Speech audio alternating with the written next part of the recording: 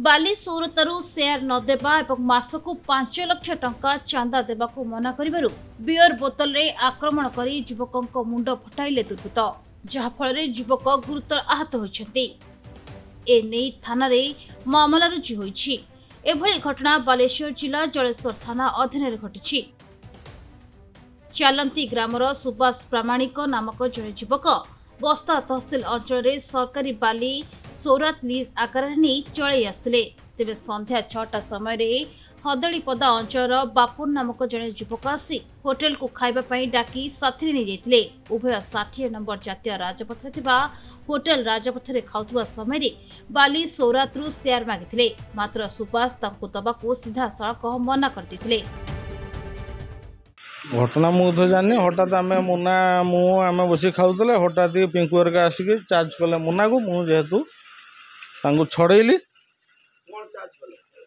बोतल बोतल।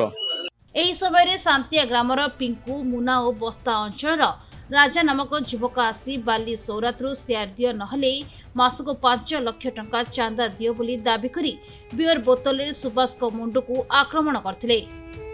घटना हूँ बालीघाट भितर थी संध्या 6टा माने जो टाइम रे वर्षा उठिला से घाट थी हलदीपदा बापुन मत आसिक कहला जे भाई टे आस बाहर जावा खर्च वर्च कर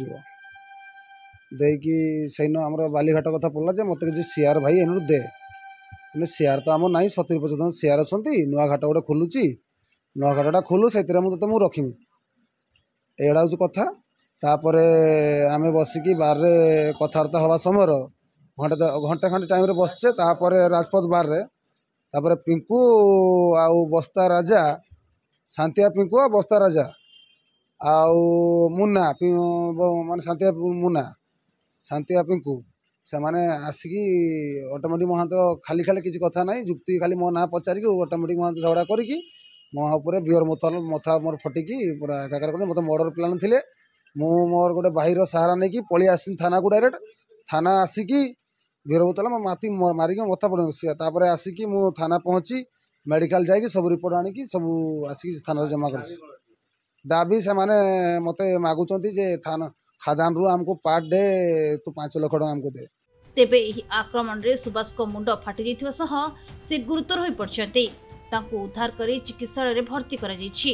तेबे सुभाष न्याय पई जलेश्वर थाना रे लिखित अभियोग करथबा बेले पुलिस अभियोग पई तदंत आरंभ करछि। जलेश्वर विनय प्रधान को रिपोर्ट प्रतिदिन टीवी।